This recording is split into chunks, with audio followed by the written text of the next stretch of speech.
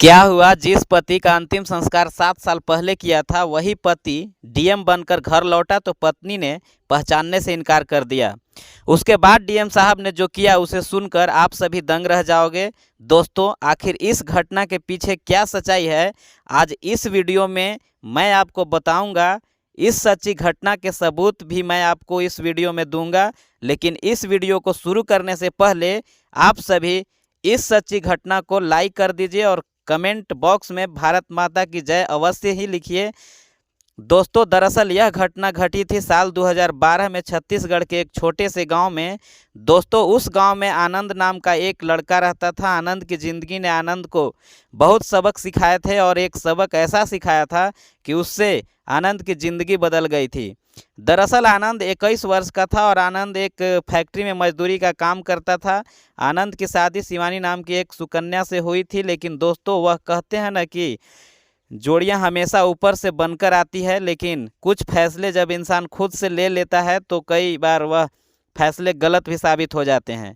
ठीक इसी तरह आनंद एक लड़की से प्यार करता था और आनंद अपने माता पिता की जिद के आगे नहीं झुका। दरअसल आनंद ने अपने माता पिता आनंद को बताते थे कि तुम हमारी ही पसंद की लड़की से शादी करो, लेकिन आनंद की जिद थी और उसने अपनी पसंद की लड़की शिवानी से शादी विवाह किया। अब दोस्तों, शुरू शुरू में तो आनंद और शिवानी का विवाह का जीवन बहुत अच्छा चलता रहा। दोनों के बीच में खट्टी मीठी नोकझोंक होती, दोनों एक दूसरे के साथ बहुत खुश होते। लेकिन जैसे जैसे वक्त आगे बढ़ता गया, शिवानी की असलियत धीरे धीरे बाहर आती गई। जब कई बार आनंद शिवानी की ज़रूरतें पूरी नहीं कर पाता था तो शिवानी हर वक्त आनंद को ताने देती थी, कहती थी कि मैं ही पागल थी जो तुम्हें जैसे गरीब लड़के से शादी कर ली, तू जैसे गंवार से प्यार कर बैठी। इस तरह की बातें बोलकर आनंद का दिल दुखाती थी।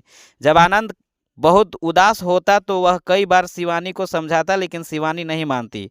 और यह सब देखकर आनंद के माता पिता भी आनंद को चिल्लाते थे कि देखो, हमने पहले ही कहा था अगर तुम हमारी पसंद की लड़की से शादी करते तो आज तुम्हें यह दिन नहीं देखना पड़ता। दोस्तों, दरअसल शिवानी जो थी वह बहुत बड़े घर की बेटी थी, लेकिन शिवानी को अंदाज़ा नहीं था कि आनंद एक गरीब लड़का है और उसकी सारी ज़रूरत की चीज़ें आसानी से पूरी नहीं कर पाता। लेकिन कहते हैं कि अब जो भाग्य में लिखा होता है वह तो होकर ही रहता है। दोस्तों, आनंद और शिवानी के बीच आए दिन झगड़े होते रहते। शिवानी हर वक्त आनंद को अनपढ़ गंवार जाहिल कहकर हर वक्त आनंद का तिरस्कार करती थी। तब एक दिन आनंद को कुछ बातें दिल पर लग गई और आनंद ने मन ही मन सोचा कि मैं जिस औरत से इतना प्यार करता हूँ, जिस औरत को मैं अपनी ज़िंदगी समझता हूँ, वही औरत मुझे अब प्यार नहीं दे रही है, तो ऐसी ज़िंदगी जीने का क्या मतलब है। लेकिन आनंद अपनी पत्नी के बारे में एक तरफ सोच रहा था तो दूसरी तरफ उसके बूढ़े माँ बाप के बारे में भी सोच रहा था। आनंद ने सोचा कि अगर मैंने कुछ गलत किया तो मेरे बूढ़े माँ बाप का क्या होगा, उनका सहारा कौन बनेगा। तब आनंद के सामने यह दोनों दुविधा थी, लेकिन आनंद की ज़िंदगी में शायद कुछ और ही लिखा था। दोस्तों, जब आए दिन आनंद और शिवानी के बीच में झगड़े होते थे तो आनंद ने गुस्से में आकर शिवानी को कहा कि तुम यहाँ से अपने घर चली जाओ, मुझे नहीं रहना है तुम्हारे साथ। मैं थक गया हूँ अपनी खुद की बेइज्जती कराकर। जब मैंने तुम्हें शुरू में ही बताया था कि मैं एक मध्यम वर्गीय परिवार का बेटा हूँ, मैं तुम्हारी सारी ज़रूरतें बिल्कुल सही समय पर पूरी नहीं कर पाऊँगा, तो तब तुमने मुझसे वादा किया था कि तुम जैसा रखोगे मैं वैसा रहूँगी, तो तुम अपने वादे से मुकर रही हो। तब शिवानी ने कहा कि मुझे नहीं पता, मुझे जो चीज़ चाहिए मतलब वह चीज़ चाहिए, तुम कहीं से भी मुझे ला कर दो। तब आनंद ने कहा कि मुझे माफ़ कर दो, तुम्हारे लायक नहीं हूँ, तुम मुझे छोड़ दो और अपने घर चले जाओ। अब दोस्तों, शिवानी जो थी वह थोड़ी अकड़ में थी और शिवानी को ऐसा लग रहा था कि आनंद उसके बिना नहीं रह पाएगा। लेकिन दोनों का प्रेम विवाह हुआ था और दोनों एक दूसरे से प्रेम भी करते थे, तो बिछड़ते वक्त दोनों को बहुत दुख हुआ। वक्त आगे बीतता गया और आनंद के दिल में हर वक्त वही बातें घूमती रहती थी जो शिवानी ने उसको कही थी। तब आनंद ने एक फैसला लिया कि मैंने जिस इंसान को अपना माना वही इंसान मुझे आज नीचा दिखाकर चला गया, तो यह गांव वाले मेरे बारे में क्या सोचते होंगे। तब आनंद ने ठान लिया था कि वह अपनी नौकरी छोड़कर उसने अब तक नौकरी से जो भी कमाया है वह सारा पैसा वह पढ़ाई में लगाएगा। दोस्तों, आनंद बचपन से ही पढ़ाई में बहुत होशियार भी था। आनंद ने कई सारे मेडल्स भी जीते थे। पढ़ाई में और उस पूरे स्कूल में उसकी तारीफ भी होती थी। अब आनंद ने यूपीएससी की परीक्षा देने का फैसला लिया था। हालांकि यूपीएससी की परीक्षा इतनी आसान नहीं होती है, लेकिन आनंद के दिल पर जो बीती थी, जो शिवानी की बातें आनंद को दिल पर लगी थी, उसके आगे मेहनत कुछ नहीं थी। आनंद ने बहुत मेहनत की, दिन रात पढ़ाई करता गया और वह डीएम बन गया। अब दोस्तों, हुआ यह था कि आनंद डीएम तो बन गया था, लेकिन उसे डीएम के पद पर नियुक्त करने में थोड़ा समय था। जब आनंद को यह खबर मिली कि वह यूपीएससी की परीक्षा में सफल हो गया है, तो उसने अपने घर पे बताई और पूरे गांव में सबको पता चल गया कि आनंद डीएम बन गया है। और जब यह बात शिवानी को पता चला तो शिवानी बहुत खुश हुई और आनंद ने कहा कि शिवानी, क्या तुम अब मेरे साथ रह सकोगी? मैं तुम्हारे काबिल बन गया हूँ, मैं तुम्हारी हर ज़रूरतें अब पूरी करूँगा। तब शिवानी को भी एहसास हुआ कि शायद मैंने आनंद के साथ बहुत गलत किया था। शिवानी अपनी गलती पर पश्चाताप करते हुए आनंद के घर आ गई और फिर दोनों साथ में रहने लगे। एक दिन आनंद कुछ काम से दूसरे शहर गया हुआ था और आनंद जिस बस में बैठकर शहर की तरफ जा रहा था, अचानक उसी दिन आनंद की किस्मत इतनी खराब थी कि उस बस का एक्सीडेंट हो गया। और शिवानी ने कभी नहीं सोचा था कि जो आनंद दूसरे शहर जा रहा है वह कभी लौट कर घर आएगा। दोस्तों, जब उस बस का एक्सीडेंट हुआ तो वह बस एक खाई में जा गिरी और उस बस में जितने भी लोग सवार थे उनमें से कई लोगों की आज तक कोई भी जानकारी नहीं मिल। अब उस बस में आनंद भी सवार था। जब शिवानी को यह खबर मिली कि उस बस का एक्सीडेंट होकर खाई में वह बस गिर गई तो शिवानी का रो रो कर बुरा हाल हो गया। आनंद के जो बूढ़े माँ बाप थे उनकी तो बुढ़ापे की लाठी ही टूट गई थी। वह दोनों भी ज़ोर ज़ोर से रो रहे थे और कह रहे थे कि हमारा बुढ़ापे का सहारा कौन बनेगा? मेरा बेटा जिसने मेहनत करके अपना सपना चुना था, अपना सपना पूरा किया था, आज वही बेटा अपना सपना देखे बिना दुनिया छोड़कर चला गया। अब दोस्तों, शिवानी ने पुलिस स्टेशन में रिपोर्ट भी दर्ज कराई अपने पति के लिए, लेकिन आनंद नहीं मिला। लगभग 3 महीने हो चुके थे और आनंद का कुछ अता पता नहीं था, क्योंकि जिस खाई में बस गिरी थी उस खाई के अंदर एक नदी भी बह रही थी। अब दोस्तों, यहीं से जो घटना बदली वह घटना कोई साधारण नहीं थी। हालांकि आपको विश्वास नहीं होगा, लेकिन इस घटना को हमें छत्तीसगढ़ के ही एक व्यक्ति ने लिखकर भेजी है। हम उसकी गुप्त जानकारी आपके साथ शेयर नहीं कर सकते हैं, लेकिन इस घटना को यहाँ से सुनने के बाद आपकी भी आंखें में आंसू आ जाएंगे। जब शिवानी और आनंद के माता पिता ने 3 महीने तक अपने बेटे की बहुत खोज की और नहीं मिला, तो फिर तीनों ने समझ लिया था कि शायद अब हमारा बेटा इस दुनिया में नहीं है। और इन्होंने हम अपने बेटे के और पति की आत्मा की शांति के लिए तर्पण किया था और पिंड दान किया था। अब शिवानी तो विधवा हो गई थी, लेकिन शिवानी को यह समझ आ गई थी कि आनंद ने मेरे लिए बहुत कुछ किया था, तो अब मेरा हक बनता है कि मैं उनके माता पिता के लिए वह सब करूं जो आनंद कर रहा था। तब शिवानी ने अपने सास ससुर से कहा कि माँ और पिताजी ने, आज मैं आपका आनंद ही हूँ, मैं अब हमेशा आपके साथ रहूँगी, आपके बुढ़ापे की लाठी बनूंगी और आपकी सेवा करूँगी। अब वक्त आगे बढ़ता गया, लगभग 7 साल हो गया था और अचानक आनंद अपने घर लौटा। जब आनंद घर लौटा तो उसने उस घर में बूढ़े माँ बाप और शिवानी को देखकर और आनंद ने देखा कि एक दीवार पर उसकी तस्वीर टंग रही थी और उस पर माला चढ़ी हुई थी।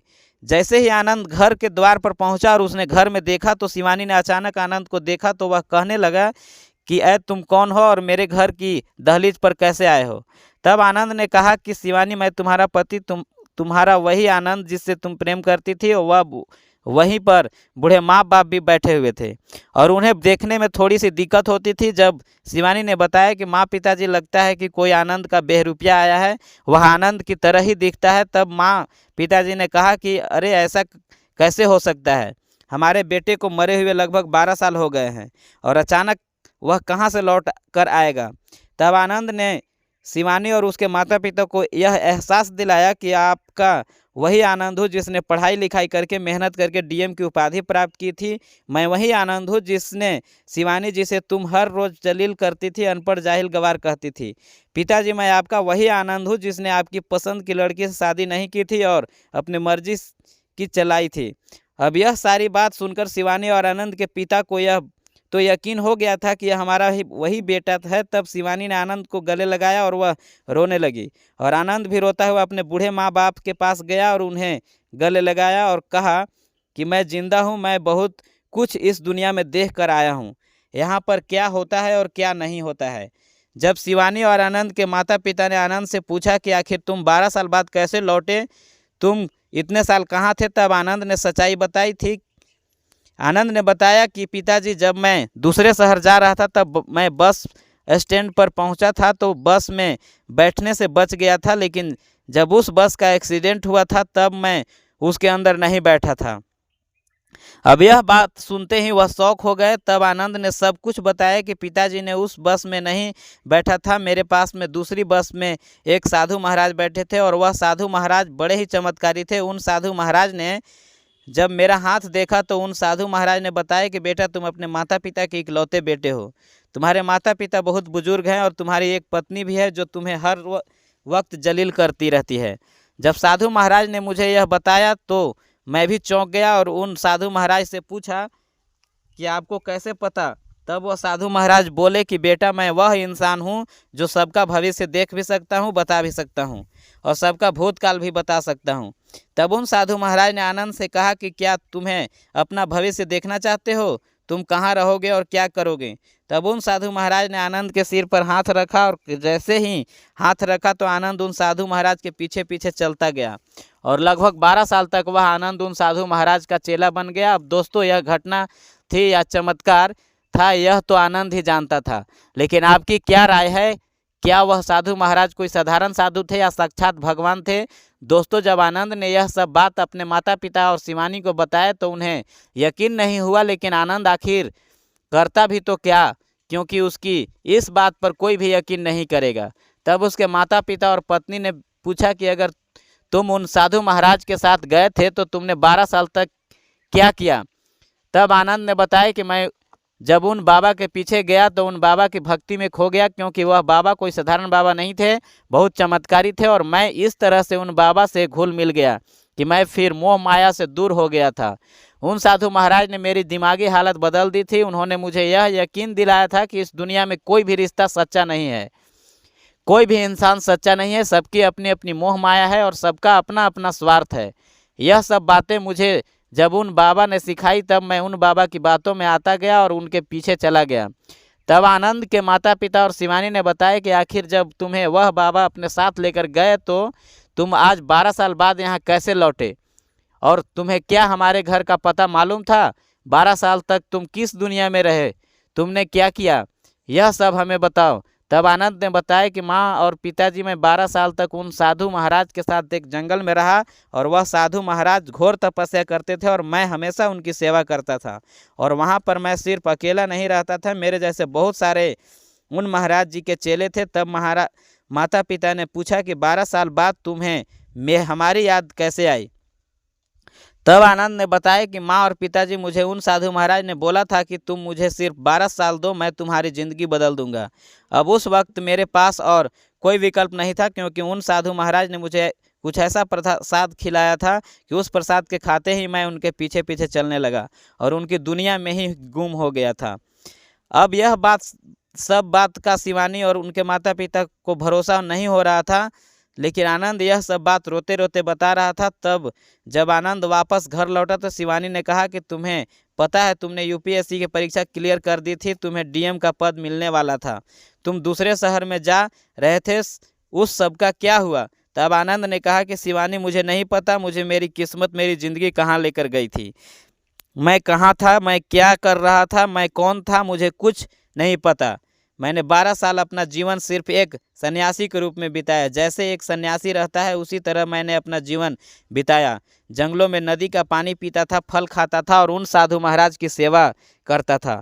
जब आनंद ने यह सब बात बताई तो माता पिता भी रोने लगे और कहने लगे कि मेरा बेटा, तुम्हारे साथ जो घटना हुई थी वह घटना साधारण नहीं थी, लगता है तुम्हारा पूर्ण जन्म हुआ है और तुमने शायद ऐसा कुछ सपना देखा है, क्योंकि 12 साल तक तुम हमसे दूर रहे, तुम ना अपने माता पिता याद आए और ना तुम्हें अपनी पत्नी याद थी, ना तुम्हें अपना घर याद था, परिवार याद था। लगता है तुम्हें अपने पिछले जन्म की बची हुई आयु इन 12 वर्षों में जी है।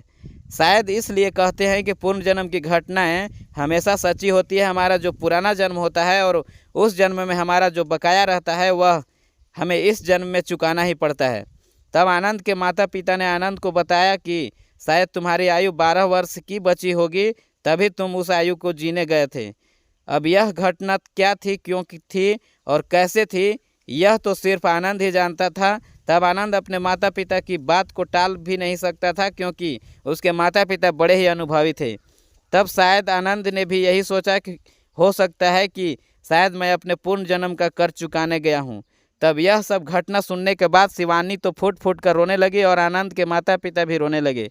फिर उनका परिवार वापस से एक हो गया। तब शिवानी ने आनंद को कुछ समय तक कहीं नहीं जाने दिया, क्योंकि शिवानी सहम गई थी, डर गई थी। शिवानी ने अपना एक फर्ज तो बखूबी निभाया था कि उसने आनंद को धोखा नहीं दिया था।